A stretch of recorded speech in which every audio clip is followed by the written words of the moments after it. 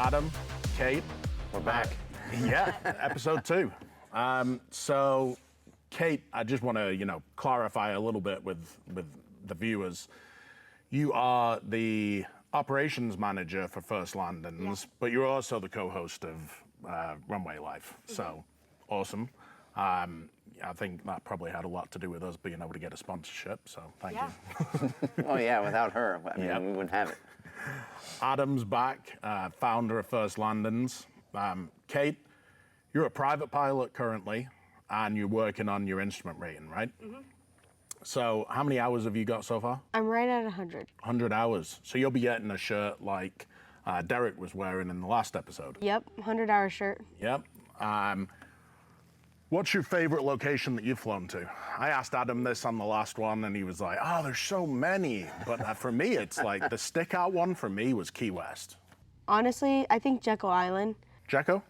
Right up in Georgia. Okay, yeah. It was so pretty.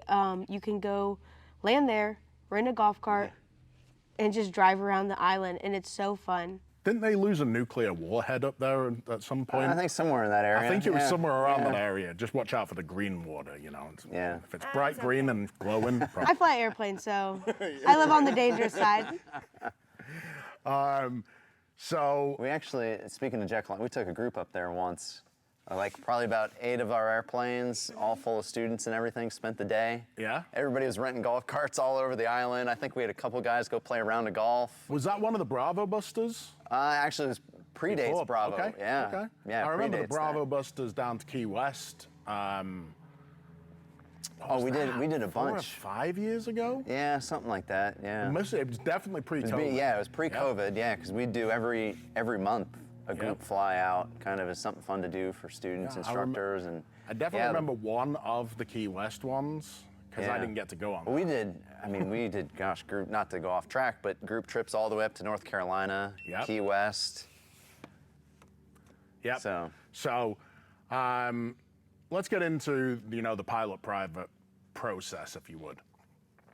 As we're going through, I just want to kind of clear it up for a lot of different people. So, Caitlin, somebody calls First Landings, hey, I think I want to be a pilot.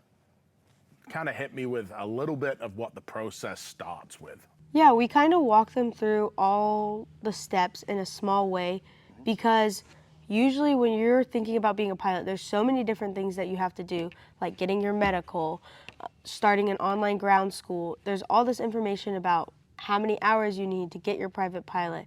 And so we like to start them off slowly. The first thing that I always suggest is people get their medical squared away. That way they know that they're good for flight training, as well as enroll in an online ground school. I personally did Sporties and enjoyed it. It was split into videos and quizzes, and it gets you prepared for your written test. And then that's leading into the next thing that we have students do. It's always preferable, especially if you're trying to do a fast track 0 to commercial program, to do your written test before you start because it allows you to just focus on the flying and the ground of flight training. It allows your instructor to better communicate with you of like, these are the areas you need to work on. So we start enrolling them in to those processes first and getting those documents and things squared away. Yeah, I mean, the process is, it's one of those things, right? I kind of looked at it as being maybe somebody wants to get a discovery flight first, because I've known plenty of people that say, oh yeah, I fly great, and then you get them into a small plane and they're like, I don't like this. Well, right, most people get their first experience in an airliner. Yep. Yeah. Significantly different than something like this or even smaller. Yep, then knock out the medical, because there's lots of different little, I kind of call them a sticky wicket, that could potentially hold up the process of the medical. I mean, I know Zyrtec, for instance, on daily use, that kind of crops up inside of medicals.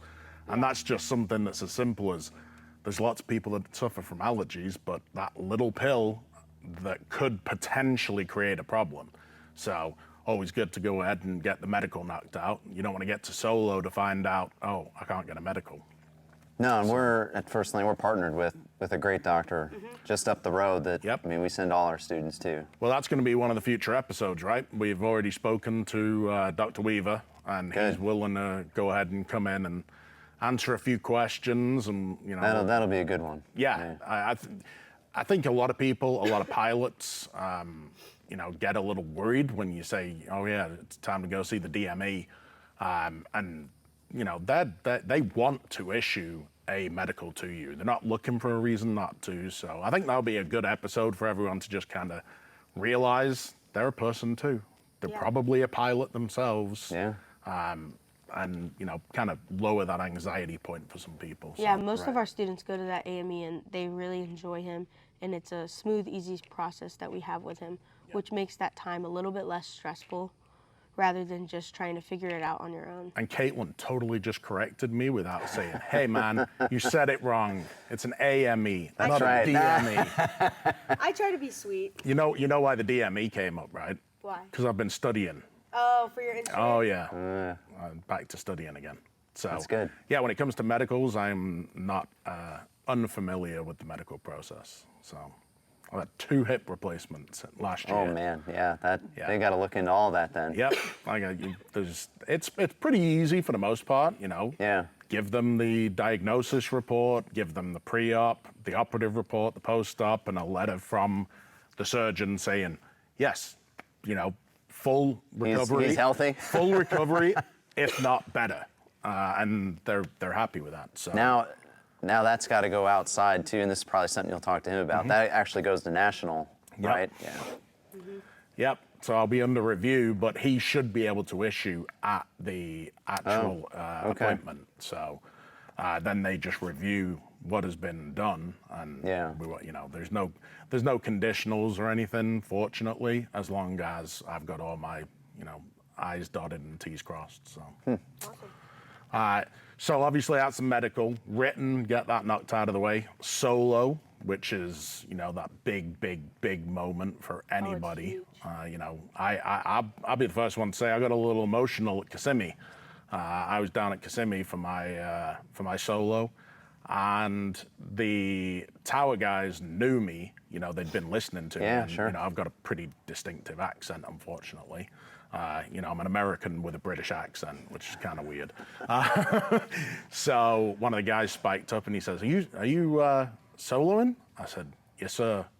And They cleared the pattern. Oh yeah. I felt like they did, but he went ahead and gave me a good look. You're ready, go for it, and then gave me a tower shower afterwards, which was like totally. And just awesome. It was absolutely amazing. I remember my first solo. My grandma, my mom, my dad all came out, and Adam and Pete No pressure. also came out, and Jim, the chief pilot. So it was like all of my bosses essentially came out and was watching me, and I was like, well, I can't really mess this up. But it was so fun. Like I essentially, my instructor hopped out, and I got to solo in the pattern and did my 3 landings, and I kind of just, in that moment, was like, I'm just going to talk like I'm talking to someone in the airplane and walk through all of my processes, use my checklist, and it wasn't like anything crazy. And Adam even told me I did a good landing. Yeah. Well, I think, that's something I remember from my first solo years ago, that even in your head, you still hear your instructor next to you telling you more right rudder, right? Yep. Step on the ball, step on the ball. Yep. For me, it was took off, and I did the same thing. Checklist. I was literally hearing Angelo, my instructor, just talking to me, even though he wasn't there.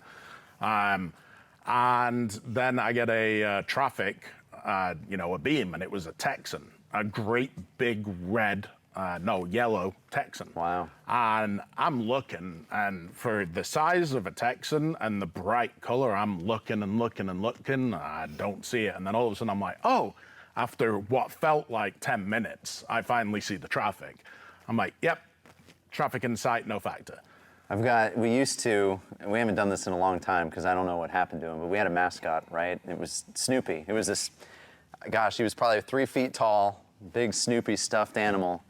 And every time a student would solo, we'd stick him in the passenger seat. Oh, that's so funny. So it was like they weren't, up there by themselves. And in fact, that kind of leads into, we had a student on a solo cross country, headed down south to another airport, took Snoopy with, just for fun. Well, turns out he accidentally overflew that airport, was coming in to land at a controlled airport, which was just past it. And of course, he's on the wrong radio frequency and everything. And it's a quiet airport, but it's got a control tower. Well, he lands, everything goes into the FBO, and the FBO's like, hey, you know, is your radio not working or what? The tower's looking to talk to you or whatever. And they just told him, well, you know what? He admitted, all right, yeah, I was at the wrong airport, talked to him and everything, but they were like, it was so funny watching you come in and land with this dog in the passenger seat next to you. Funny. They kind of were just like, you know what? Just make sure you call us on the way out so we can clear you and you're good. I could just imagine them looking through the binoculars Right? like, is that a dog in the passenger seat? Snoopy saved him. Yeah, Yep. exactly. Yeah, that broke the tension for a second. Which airports is it that you guys use? Like for me, it was obviously if I came out of Kissimmee, I went over Brooksville or Ocala. No, that was I kind mean, of the circuit, or over to Winter Haven. You know, we've got a list of airports we like to use with students, and especially private pilot, because, you know, we don't want to overwhelm them with airspace and everything. So typically from here in Apopka, we're looking at everything west, right? Okay. You go east, you're going to hit all of Orlando, Sanford, you head towards the coast, and that's packed with airspace. Yeah. Especially West with of here, Amarillo. Yeah. I mean, we've got, it's not until you get all the way to the coast and south that you have Tampa, but north of that, there's not much. So, Yeah. you know, they can head out to Crystal River, great cross runways, Williston. If you head north, I mean, you can get to towers where you've got, you know, Leesburg just outside here, Ocala a little further north, and then Gainesville north of that. Yeah.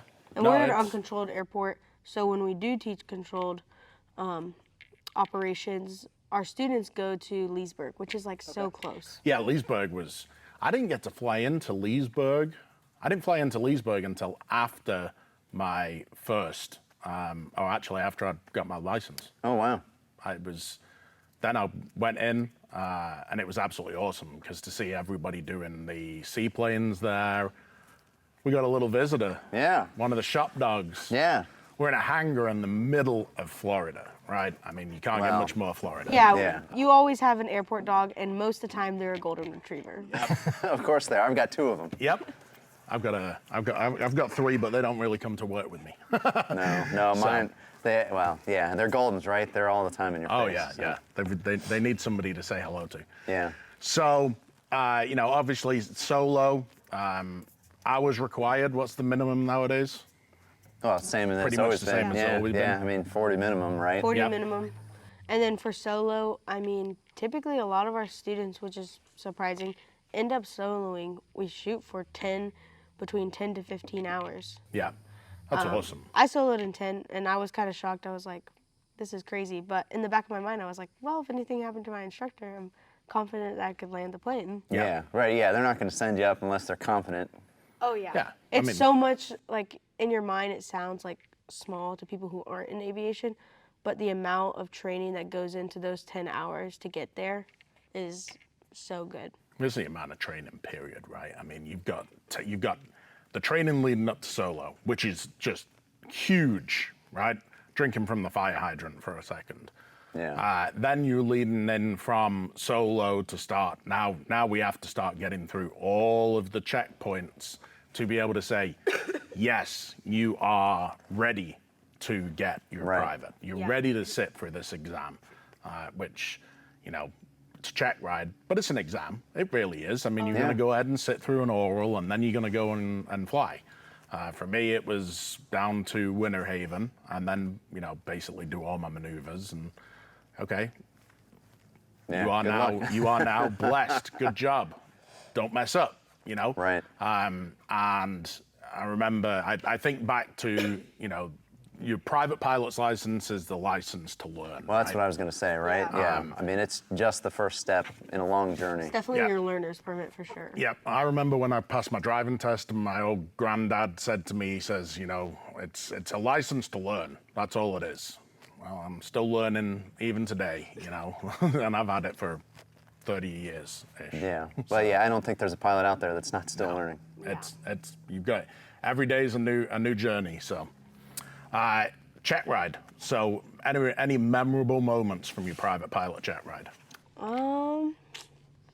Yeah, I mean, first off, studying for the check ride, there was the night before and the couple days leading up to it. It was so memorable because all the CFIs who worked at First Landings, kind of met up with me at night after work and everything and stayed there for, 5 hours to study with me. We ordered pizza. We had a fun time. They all grilled me at the same time. So it was less fun for me, but it prepared me in a way that I wouldn't expect until I walked into my check ride. So on my check ride, I walked in and I was like kind of surprised, like, oh, this isn't as bad as all of my grounds I did with all of my instructors when I was just getting grilled on actually everything and expected to know everything. And in your check ride, it was less stressful because I was well prepared.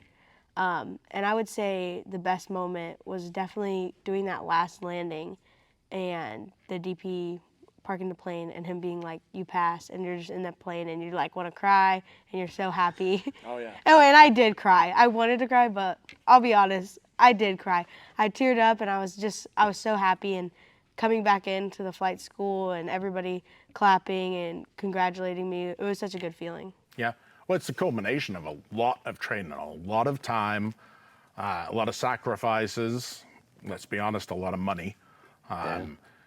Now all of a sudden it's finally coming close to that. Okay, I can actually go and fly on my own. Oh, yeah. Really anywhere I want, within reason. And that's where you learn the most. Like, I would say, like, I learned a lot, obviously, in my private pilot, but I grew a lot as a pilot in my time build for instrument and in renting planes and actually going out and flying, and knowing that, like, okay, I'm in control, I'm PIC. And that's when you learn a lot just from, like, renting and, like, knowing your own personal minimums, making smart and safe decisions. And so it really grows you as a pilot.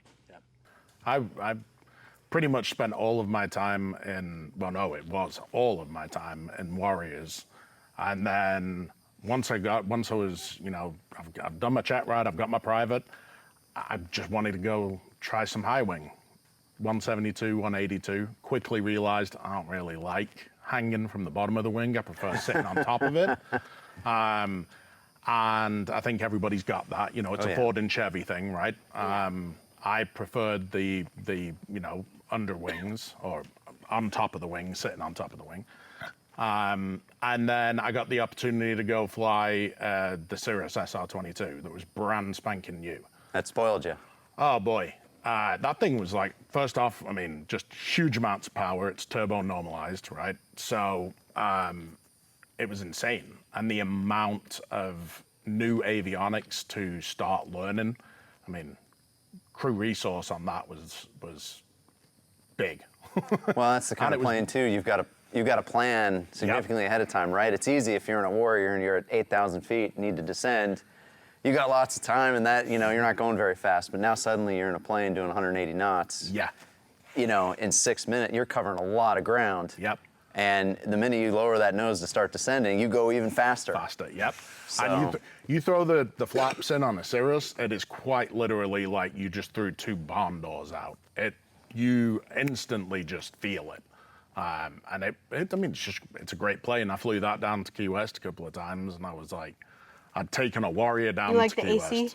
Oh yeah, that was amazing. Yeah. That was a blessing. Icing on the cake. I'm a big dude, so AC's like required equipment. Yeah. But I flew the Warrior down, and I don't even remember how many hours that was to get down there. And then all of a sudden, I take the Cirrus down there, and I'm like, oh wow, this thing's fast. Yeah. I've got plenty of time to enjoy the day. So yeah, it's been huge. And flying a plane with an autopilot, the fatigue compared to a plane without autopilot is like unmatched. Like you're still flying the plane, but like, especially when you're doing those longer runs, it is so much better.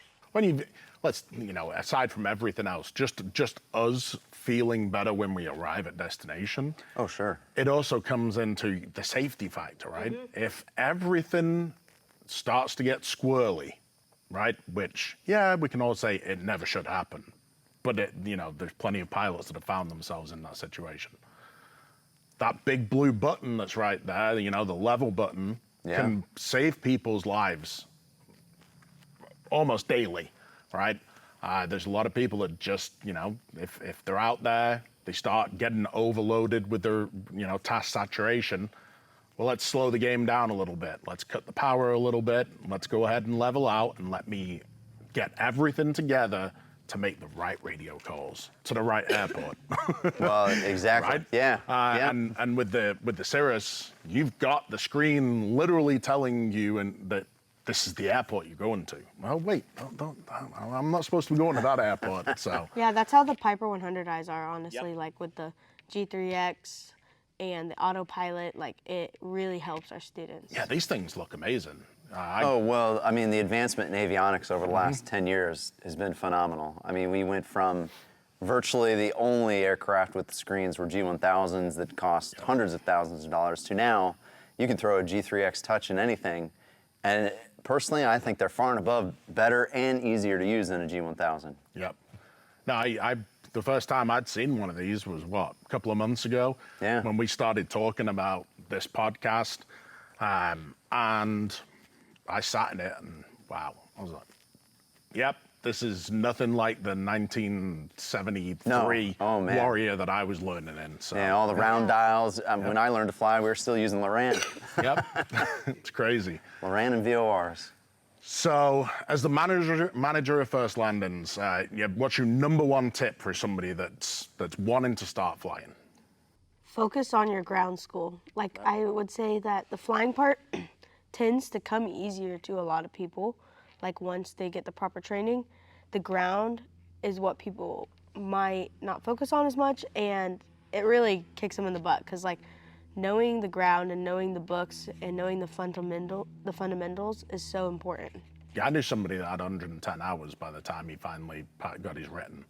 Well, really, what's that come down to, right? What I've seen, everybody wants instant gratification. They want to enjoy what they're doing. So flying's fun. Whether you're up there doing S-turns, steep turns, practicing landings, all that's fun. You're in the air. When it comes to cracking that book open or getting online and doing an online course, suddenly now it's work. Yep.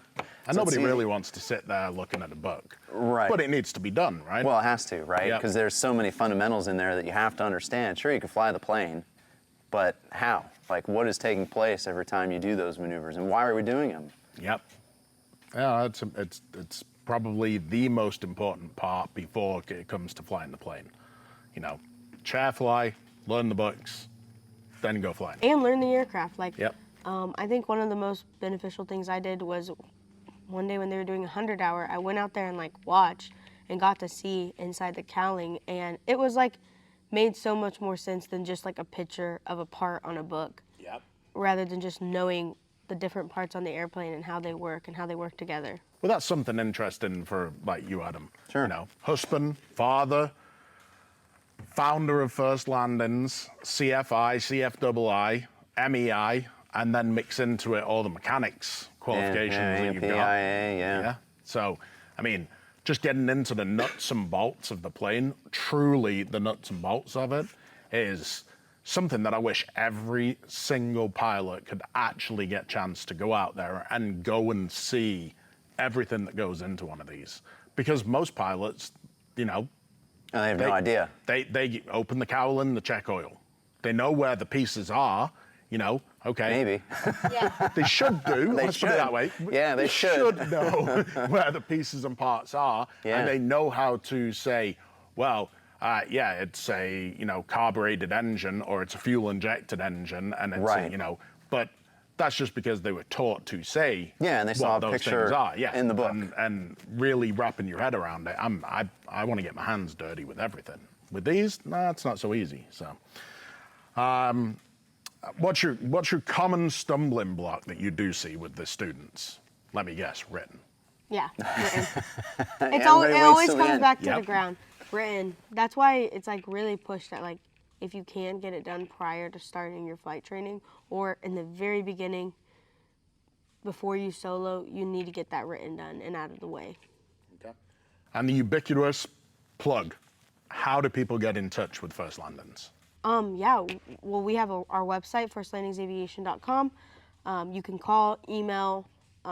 When I send out emails, I always attach my personal work email so that students can just get in contact with me if they have any questions. But the best way, phone call, email, or even come out to visit the airport. Anytime, we love showing people around. We take them around, we show them the airport, we show them the facilities, and it's always a good time. Yep. You know, I kind of put it as being, if you need to get in touch with First Landings, the phone, the email, or even smoke signals, somebody will answer to you. Yeah. We've got people there all the time. Yep. Adam, you're there every single day, right? As well. Oh, Monday through Friday. Yeah, you know. I mean, you know, having a family and everything, we've Yeah. got all the other weekend activities. Still on property Monday through Friday. There's a lot of different business owners that do not follow that philosophy. So it speaks out a lot when you have the owner of the business, you know, the founder, right there on a daily basis. It's pretty awesome. Okay. Women in aviation scholarships. Can you talk to any of that? Yeah, so we're actually a sponsor, a platinum sponsor for Women in Aviation. Adam, we have a lot of women who worked at the front desk, but also were in flight training. And so we wanted to be a part of Women in Aviation. So Adam actually decided to be a platinum sponsor and list Forced Landings as a platinum sponsor, which is great. When was that? Was what, 2 years ago now? Yeah, or 2 years something? ago, right when I first started coming around. So I started asking him all these questions, and he followed through with a lot of it, and essentially became a platinum sponsor. On Thursday nights, the Orlando chapter meets at different locations. They've met down in Space Coast. They've also met at where was it? In Orlando, and we flew there in the Juliet Alphas when they I was first gonna came say, out. yeah, That was one of several the meetings, funnest times. right? You've flown to as a group. Oh yeah, it's been so fun when we fly there because we come in and they're like, it's just like so nice, and all the women like appreciate it. Like, we're truly women in aviation flying into this meeting. We've gotten to hear from a bunch of different guest speakers, make really good connections because there are captains from United who are women who come to those meetings in Orlando. That's awesome. And they encourage us who are in our private pilot or in our training, and they give us tips, and it's really good making connections doing things like that. Did you manage to get any of the scholarships for your training at all, or not? We actually have one of our students, not me personally, but someone who's in her commercial training and a part of Women in Aviation and does training here. She's done it from private to commercial, and she wants to be a CFI here. Erica, she won one of the scholarships for Sun and Fun, so she got her whole Sun and Fun trip paid for by Women in Aviation. Yeah, that's awesome. Well, I think that kind of brings it to the close. Check out First Landings Aviation, and as always, take care and stay safe. Cool. Thanks.